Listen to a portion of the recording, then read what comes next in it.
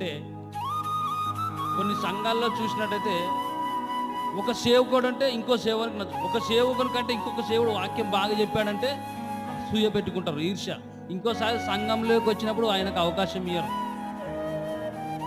సంఘాలలో కూడా, సంఘస్థులు కూడా ఈ దౌర్భాగ్యం ఉందండి. ఒకరికంటే ఒకరు పాట పాడితే కూడా అసూయ పెంచుకుంటున్నారు. అంటే అవకాశం ఇవ్వనివ్వరు.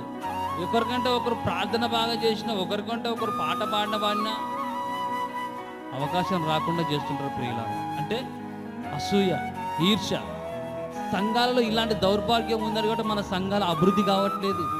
ఇంకా ఎన్ని మీటింగులు పెట్టినా, ఎంత వాక్యం వినిపించినా, ఎందరో సేవకులు వచ్చి వినిపించినా ఈ అసూయ అనేది ఉండడం వలన మన సంఘాలు ఇంకా అభివృద్ధి కావట్లేదు. అంటే సంఘాల్లో ఒక సేవకుడు వచ్చి వాక్యం చెప్తే ఆ సేవకుని మీద ఈర్ష్యనా, అసూయనా?